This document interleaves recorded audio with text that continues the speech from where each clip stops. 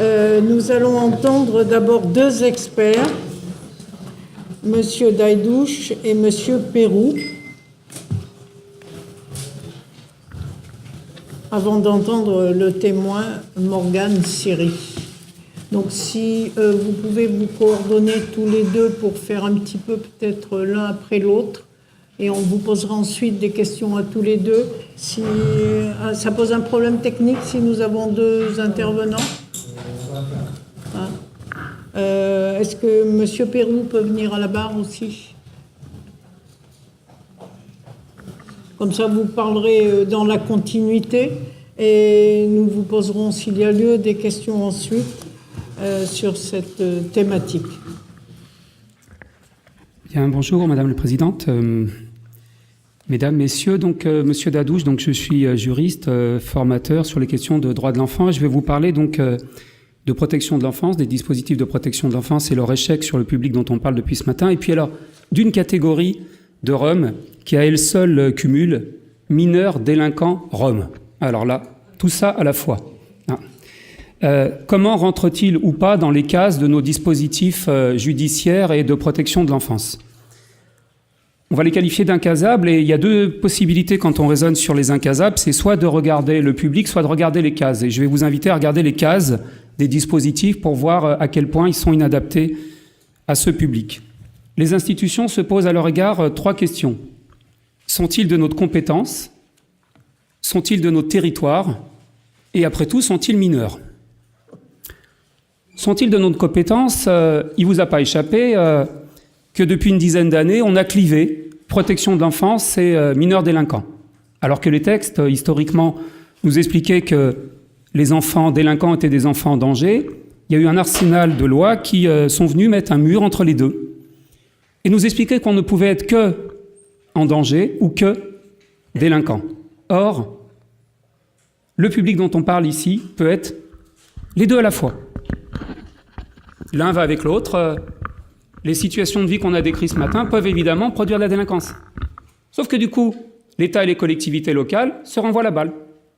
Les départements disent « non, ils sont passés à l'acte, donc ils relèvent des services de l'État, PJJ, parce que délinquants. » Et l'État dit « mais non, ils sont isolés, ou ils sont dans des conditions de vie tout à fait délétères, et ils relèvent de la protection d'enfance. » On a dit depuis ce matin que le 115 ne répond pas, mais le 119 non plus.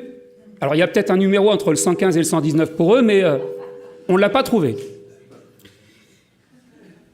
D'ailleurs, je m'adresse à vous, Madame la Présidente, parce que je ne peux pas m'adresser directement à la défense, mais j'aimerais bien qu'on m'explique comment on peut être la défense de l'État et des collectivités locales en même temps sur ce sujet. Il y a là quelque chose d'assez surprenant, parce qu'on sait que sur ce sujet-là, l'État et les collectivités locales se renvoient cette patate chaude que sont les mineurs roumains ou roms délinquants. Et quand je dis qu'ils peuvent être les deux à la fois, ils peuvent même être victimes. Rappelez-vous l'enfant Darius, dont Le Monde nous apprend la semaine dernière que probablement, vous vous rappelez ce jeune qui avait fait un cambriolage et qui, pas très loin d'ici, à Pierrefitte, s'est fait lyncher. On apprend que l'enquête aboutirait à un non-lieu et que ce jeune, dans une grande détresse sociale, n'a pour l'instant pas été reconnu comme victime. Certes, il est cambrioleur. A-t-il le droit d'être lynché? Je vous laisse apprécier. Alors, ils sont pas assez en danger pour être à l'aide sociale à l'enfance, pas assez délinquants pour être dans les dispositifs judiciaires, brinque-ballés. Alors, si on prend du côté de l'aide sociale à l'enfance, tout à l'heure, le procureur posait la question de qu'en est-il des juges, des pratiques judiciaires? Encore faudrait-il que ça monte jusqu'au juge? Parce que s'il y a une série de filtres, et la loi de 2007 en a posé une série de filtres, cellule des informations préoccupantes, procureur, avec mon respect, puis derrière, qui transmet au juge, si cette chaîne-là bloque à tous les niveaux, évidemment, il y a l'autosaisine du juge des enfants. A-t-on vu un juge des enfants se déplacer lui-même dans les campements pour s'autosaisir de situations qui ne lui seraient pas remontées spontanément? J'en ai jamais vu. Quels sont d'ailleurs, du côté de l'aide sociale à l'enfance, les dispositifs? AEMO? Alors là, si on veut faire du milieu ouvert, je dois dire qu'avec ce qu'on a entendu depuis ce matin, c'est l'idéal comme milieu ouvert. Parce que c'est vraiment le milieu ouvert de chez milieu ouvert. Quand on veut travailler en milieu ouvert, c'est pas le plus adapté. Et puis les placements, il y a une menace qu'on fait poser aussi à ces parents-là.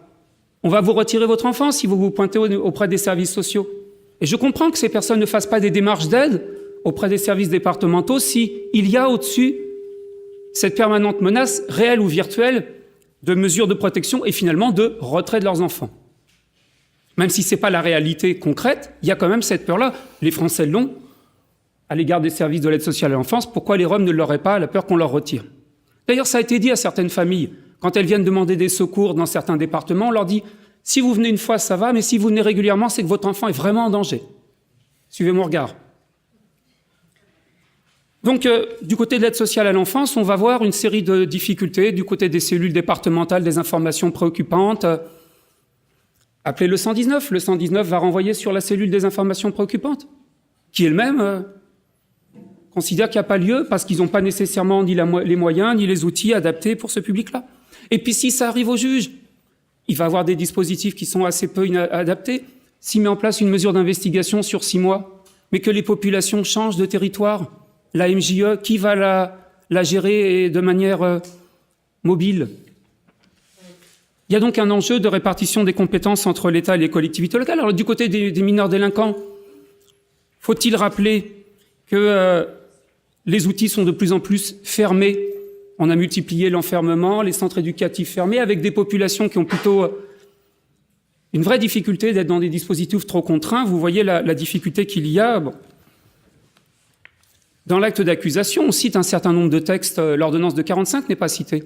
Si on avait cité l'ordonnance de 45, on verrait qu'il y a le primat de l'éducatif, y compris pour eux.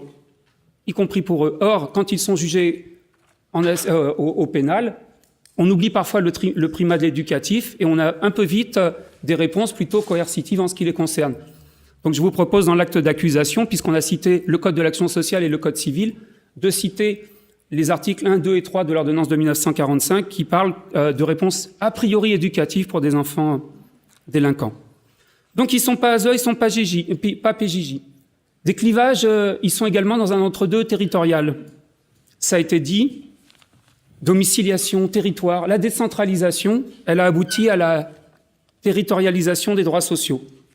Chacun les siens. Comment peut-on défendre l'association des départements de France alors que chaque département espère qu'ils iront voir ailleurs? Comment peut-on défendre l'association des maires de France alors que chaque maire espère qu'ils iront voir ailleurs? On a construit par la décentralisation des zones de non-droit et les publics nomades, pas que ceux-là, mais ne sont jamais à personne. Ils sont des autres. Les égoïsmes locaux, la préférence communale ou départementale, petite musique de la préférence nationale. Vous aurez vu dans la réforme de la protection d'enfance que on a en 2007 et en 2010 prévu des dispositifs pour suivre les familles qui avaient fait l'objet d'une mesure de signalement ou d'information préoccupante et qui changeraient de département. On a prévu des dispositions pour les suivre au-delà de leur changement de département. Mais on ne parle pas de ces familles-là. Celles-là, on n'a pas envie de les suivre. On parle des autres. Ça n'a jamais été utilisé pour ces familles-là.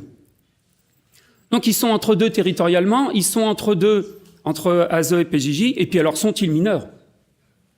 On va retrouver sur eux exactement ce qu'on connaît sur les mineurs étrangers isolés. C'est l'occasion pour moi de redénoncer les examens osseux qu'on pratique sur des enfants, ceux-là comme les autres, à l'heure où le gouvernement entend les légaliser. D'ailleurs, si c'est bien le seul moment où on ne se pose pas de questions sur l'accès à un docteur pour un mineur rom, c'est là. Alors là, ils y ont le droit, et même sans avoir rien demandé. Ben, ça peut sembler juste de la provoque, mais ça a des conséquences que je dis là. 2 exemples. En juillet 2012, un garçon de 12 ans a été évalué à avoir 15 ans. Pénalement, vous voyez les incidences. Un mineur délinquant, 12 ans, évalué 15, donc incarcéré. Résultat des courses, on découvre, oups, qu'il avait 12 ans. C'est bien dommage, c'est sur un examen osseux. À Bois d'Arcy, un jeune Serbe rom, 16 ans, en 2013, expertisé 18 ans, incarcéré avec des majeurs, dont on découvre, oups, qu'il était mineur. Donc, on a là l'utilisation de méthodes qui sont pour tous, pas que pour ceux-là, des méthodes absolument scandaleuses et qui permettent de mettre ces gamins-là, quand ça nous arrange, dans des dispositifs carcéraux qui sont des dispositifs pour les majeurs. Donc voilà ce que je voulais poser, cet entre-deux de ces gamins-là. Il y aurait d'autres à dire, mais je suis prêt à répondre à toute question. Oui, alors, Monsieur Perroux, s'il vous plaît.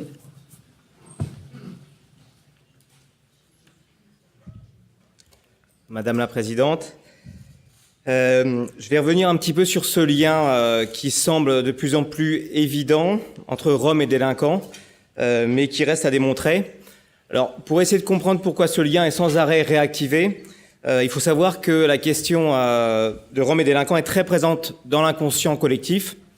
Si on regarde juste le siècle passé, c'est-à-dire que le XXe siècle, on s'aperçoit qu'en fait la construction des nationalismes se sont fondés en grande partie sur la question juive et la question de tzigane. Donc pour la question juive, il y a eu un travail de mémoire conséquent qui a été fait. En revanche, sur la question de tzigane, le travail de mémoire n'a pas été fait ou de façon beaucoup trop insuffisante. Ce qui était poursuivi chez les juifs, c'était l'origine. Chez les tziganes, c'était le mode de vie. Et donc, depuis ce temps-là, mais déjà dès le XIXe siècle, tziganes raisonnaient avec classe dangereuse puisqu'ils avaient un mode de vie qui mettrait en danger nos sociétés, donc nos concitoyens. C'est pour ça que ce mythe est très facile à réactiver puisque aucun travail n'a été fait pour essayer justement de le détruire. Alors, si on prend la situation actuelle, comment s'est refondé ce mythe? Alors, si juste une petite parenthèse, c'est qu'en fait, si on prend les pays d'Europe de l'Ouest, à l'époque, c'était donc ce qu'on appellerait aujourd'hui les gens du voyage ou les Roms français, si vous voulez, qui étaient poursuivis, comme les Juifs français qui étaient poursuivis par l'État français, les Juifs allemands et les Roms allemands qui étaient poursuivis par l'État allemand, etc., etc. Là, actuellement, ça a été réactivé sur les Roms qu'on qualifie de migrants, même si ce terme est pas forcément très heureux. Un tout petit point, quelle serait la différence entre des Roms manouches gitans français et des Roms de Roumanie? J'ai envie de dire, il y a autant de différences entre un Roumain de Roumanie et autant de ressemblances avec un Français de France que entre un Rom de Roumanie et un manouche de France. Ça fait à peu près 6 siècles qu'ils vivent dans des endroits différents, qui sont le produit d'une histoire différente. Si on prend juste 2-3 caractéristiques de la Roumanie, une partie d'entre eux ont été réduits en esclavage. Ils ne sont pas du tout, très peu d'entre eux étaient nomades. La plupart étaient sédentaires et d'autant plus qu'ils étaient réduits en esclavage. Donc, on ne peut pas comparer les deux populations et en termes de droits, bon, il y a des gens beaucoup plus qualifiés que moi pour montrer que c'est pas du tout les mêmes droits puisqu'ils n'ont pas la même nationalité. Alors, pour revenir à notre question de la délinquance, comment ce mythe a été réactivé? Alors, bien sûr que chez les Roms, comme chez d'autres populations, il existe des délinquants. Bon, jusque-là, c'est difficile de dire le contraire. En revanche, quand on regarde les faits divers qui sont mis en avant, les reportages qui sont mis en avant, ils portent pratiquement tous sur la question des mineurs voleurs. Et c'est ça qui démontrerait une sorte de spécificité qu'auraient les Roms et pas d'autres populations, migrantes ou non, c'est d'utiliser des enfants voleurs. Or, quand on creuse un petit peu et qu'on demande à la justice et à la police combien sont ces fameux enfants voleurs qui vivraient plus ou moins dans des bidonvilles, les chiffres oscillent entre 200 pour la justice et 400 pour la police en Île-de-France. Si on rapporte aux chiffres des enfants qui vivent en bidonville, toujours en Île-de-France, on arrive à peu près entre 5 et 10% de ces mineurs-là, ce qui signifie qu'en creux que ces mineurs ne représentent pas tous les Roms, puisqu'on pourrait très bien dire que 90 à 95% des enfants qui vivent dans les bidonvilles, d'ailleurs qui ne sont pas tous Roms, ne sont pas dans ces comportements-là. Donc déjà, on est sur une toute petite minorité. Après, la question, c'est qui sont véritablement ces enfants et pourquoi ils volent? Est-ce qu'ils volent pour des questions culturelles ou est-ce qu'ils volent pour d'autres raisons? Alors, c'est pareil, quand on creuse un petit peu, on s'aperçoit que ces enfants, étonnamment, viennent d'endroits très précis dans leur pays d'origine, c'est-à-dire de quartiers de certaines villes ou de certains villages. Et en fait, quand on fait les recoupements, on s'aperçoit qu'on est face à 3-4 groupes qui sont sur la région parisienne et qui sont connus, notamment de la police française, mais aussi de certaines polices européennes, puisqu'il y a des enquêtes qui sont ouvertes sur les groupes qui les exploitent. Alors ça peut être des clans, des groupes familiaux. Ces enquêtes démontrent, en tout cas les chefs d'accusation de ces enquêtes, sont notamment sur la qualification traite des êtres humains. Donc on n'est plus sur des mineurs qui sont délinquants, mais bien des mineurs qui sont victimes de traite des êtres humains. La traite des êtres humains, c'est un phénomène qui touche toutes les nationalités.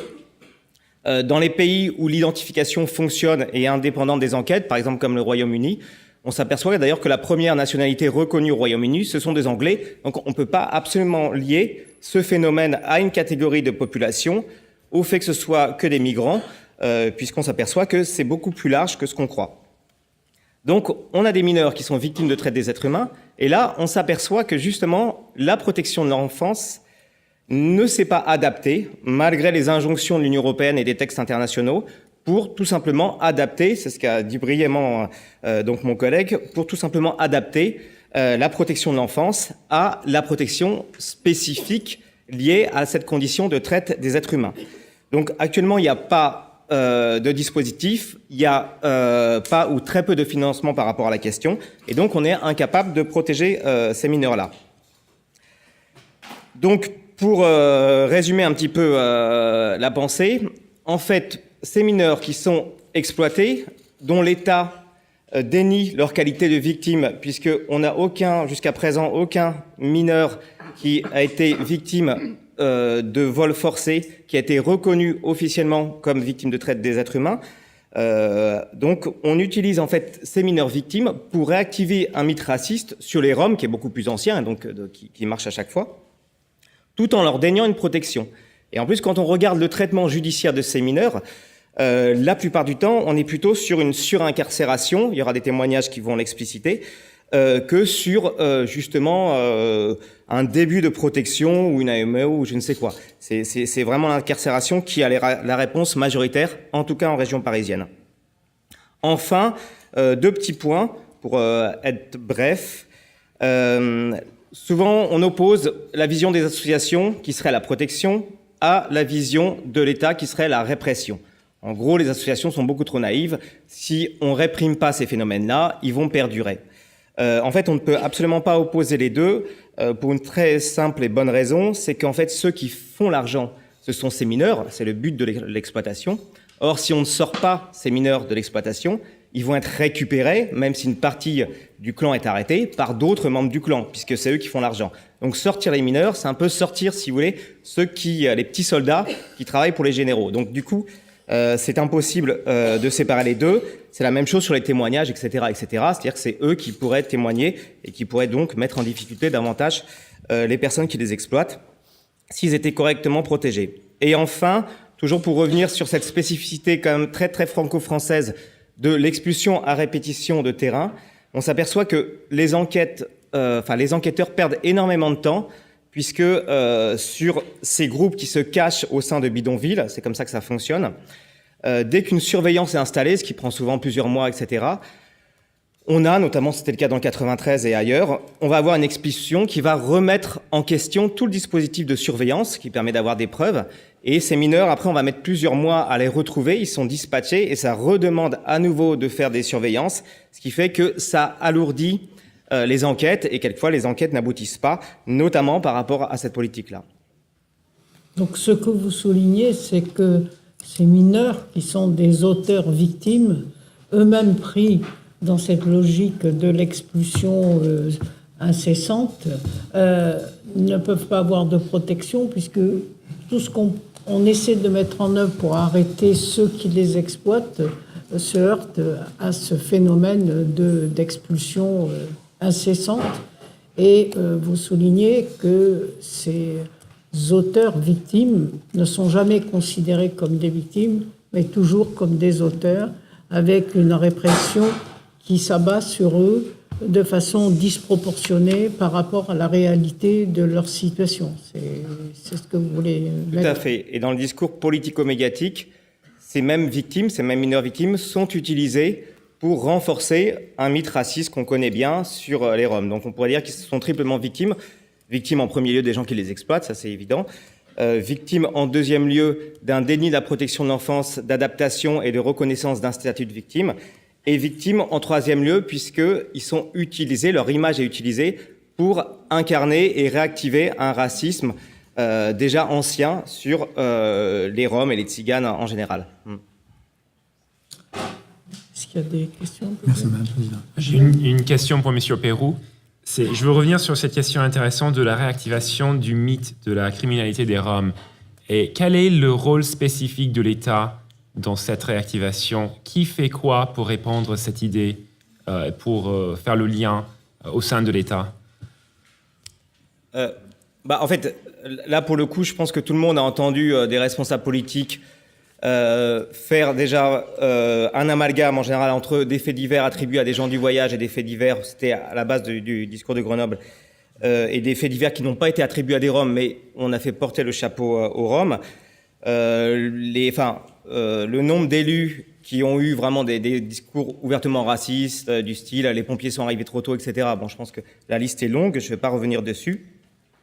Et enfin, le fait de maintenir et c'est ça le plus grave finalement, le fait de maintenir ces enfants dans cette situation de non-protection et donc de réexploitation permanente contribue bien sûr à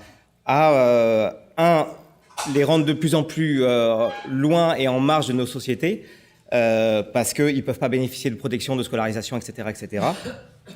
Et voilà, du coup, ça permet aussi d'alimenter le discours extrémiste classique sur la question. Est-ce que je peux compléter sur la responsabilité médiatique sur ce sujet? Parce qu'on a l'œuf et la poule entre les politiques et les médias. Rappelez-vous Yves Calvi qui dansait dans l'air il y a quelques années, fait un débat sur Rome, c'était délinquance, la route des Roms. Avec 4 invités plateau qui tous expliquaient que le CSA a été saisi, il a fait l'objet de remontrances et d'un rappel à la loi pour incitation à la haine raciale. Mais on n'est pas aidé non plus quand dans les médias, pour aborder ces sujets-là, on a les reportages dans le métro avec des gamines plus ou moins floutées et on entretient de manière permanente. Alors, l'œuf et la poule, médias politiques, politique médias, un entretien. Mais rappelez-vous, par exemple, Calvi et les sanctions pénales dont il a pu faire l'objet il y a quelques années. Je peux souligner que le commissaire du Conseil de l'Europe aux droits de l'homme, parmi ses recommandations, rappelait les journalistes à leur éthique. Alors je sais que c'est un mot qui parfois fait débat au sein du monde du jeu. Il n'y a pas d'accusés journalistes, alors donc on n'en parle que en leur absence, mais en fait cette question-là a été une des premières recommandations du commissaire aux droits de l'homme dans son rapport concernant la France, et ça mérite d'être souligné. Y a-t-il d'autres questions? La partie civile, le procureur. Oui, moi je voudrais vous interroger sur ce que pourraient être, selon vous, les agissements, les missions que les services de protection de l'enfance pourraient mettre en place de manière particulière pour les enfants roms. Parce que vous nous avez très bien expliqué qu'en fait, il y a une faillite du dispositif de protection de l'enfance, et vous nous avez très bien expliqué qu'il y a un renvoi délinquance. Ils sont pas assez délinquants pour relever de la PJJ, mais ils sont pas assez en danger pour relever de l'ASE. En tous les cas, la protection de l'enfance qui leur est due n'est pas manifestement respectée. Quelles pourraient être, selon vous, les mesures qui pourraient être prises pour améliorer cette situation? Il y a 2 réponses possibles. Soit des dispositifs dérogatoires, soit le droit commun. Et du coup, ma réponse est plutôt sur le terrain du droit commun. Je ne suis pas favorable à l'idée de dispositifs spécifiques de foyers pour enfants roms, d'AEMO pour familles roms, etc., etc. Ça serait une forme de discrimination. La question, c'est comment adapter les dispositifs du droit commun sans stigmatiser. Mais revenons aux fondamentaux. Si demain on revient sur un peu plus d'éducatif dans le pénal, déjà on aura... j'ai cru comprendre qu'il y avait quelques tensions pour revenir sur l'ordonnance de 1945 telle qu'elle était rédigée il y a une dizaine d'années, mais simplement si on revenait là-dessus, c'est-à-dire sur des outils éducatifs avant de réprimer. Déjà, on aura fait un grand pas. Du côté de la protection de l'enfance, il y a à s'ouvrir à tous les publics. Il n'y a pas que les enfants roms qui sont... à l'ASE, si je devais caricaturer, si vous êtes mineur isolé, c'est compliqué. Si vous êtes rom, c'est compliqué. Si vous êtes malade mental, c'est compliqué. Si vous êtes délinquant, c'est compliqué. Quand il n'y a pas de parents, travailler sans parents, c'est compliqué. Mais quand il y a des parents, s'ils sont pas actifs, on va dire qu'ils se désintéressent. Et quand ils sont trop actifs, on va dire qu'ils sont procéduriers. Donc, il y a là à revoir... un peu les dispositifs de protection de l'enfance en revenant aux fondamentaux, sans créer de dispositifs dérogatoires, s'adapter aux évolutions des publics. Jadis, les publics de l'enfance en danger, c'était des orphelins. Après, on a dit on travaille avec les parents, et puis ceux-là, ils sont dans une catégorie particulière. Revenons aux fondamentaux, sans, ça serait très loin à développer, mais sans surtout, de grâce, créer des dispositifs dérogatoires, parce que là, on créerait une discrimination avec la volonté de protéger. Ouais. J'ajouterais là-dessus, effectivement, enfin, il n'y a pratiquement pas de suivi social de ces populations, donc c'est vrai que du repérage, c'est vrai qu'ils n'en bénéficient pas du tout. Et ensuite, si on est plus spécifiquement sur la question donc de la traite des êtres humains, c'est pas du tout un problème qui touche que les mineurs roms. Et là, il y a toute une palette de dispositifs qui existent dans d'autres pays, qui sont tout simplement, enfin, des adaptations, ne serait-ce que de la formation. Pour le moment, on n'a pas de formation, que ce soit en formation initiale ou continue, extrêmement peu de gens qui se sont formés, et surtout une véritable identification, un statut protecteur. Et après, voilà, on a des dispositifs, par exemple, sur des administrateurs ad hoc et tout, qui pourraient permettre une meilleure protection. Mais tant on les empêche de rentrer dans ce statut et qu'il n'y a pas d'évaluation de ces mineurs et de structures adaptées en termes de protection de l'enfance, bon, c'est sûr qu'on ne pourra pas avoir l'accroche qu'il faut, quoi. Le but, à chaque fois, c'est au pire passer par un sas pour entrer dans le droit commun. Mais effectivement, c'est pas revenir sur le droit commun. C'est tout simplement que la protection de l'enfance s'adapte. Et là, la protection de l'enfance, son objectif, c'est de filtrer les mineurs qui vont entrer dans la protection. J'ai une seconde question, donc, à côté de celle de l'insuffisance de la mise en œuvre des moyens de protection de l'enfance. Dans l'acte d'accusation, il est reproché à l'État de l'utilisation de moyens disproportionnés ou inadéquats dans l'exercice de ses missions. Et en particulier, on cite le cas de ces femmes qui mendient dans la rue avec leurs enfants mineurs et qu'on place en garde à vue, et les enfants qu'on place et qu'on enlève de leur famille, en indiquant qu'il s'agit là manifestement de moyens d'action qui sont totalement disproportionnés et qui aboutissent à des effets tout à fait contraires à ceux recherchés. Est-ce que vous pouvez nous dire quelque chose là-dessus ? Sur la mendicité ? Oui. Ouais. Oui, alors effectivement, la question de la mendicité, c'est une question qui est très visible, donc du coup, elle est abordée. En gros, ce qu'on observe à peu près, c'est que des femmes qui sont avec des enfants en bas âge, elles sont obligées de garder leur enfant, pas parce que ça rapporte plus d'argent, parce qu'en général, ça rapporte moins, mais tout simplement parce qu'elles allaitent, elles n'ont pas le droit à une crèche, etc., etc. Donc du coup, elles sont obligées de garder les enfants avec elles, ce qui exaspère les gens. Donc c'est pas, encore une fois, pour de l'argent. Après, déjà, c'est pas souhaitable. Et deuxièmement, la question se pose surtout pour les enfants qui sont en obligation scolaire, où on peut pas accepter qu'ils mendient au détriment de leur scolarisation. Ça, c'est clair. Et alors, il y a quelques expériences qui ont été tentées dans des départements, des expériences assez concluantes.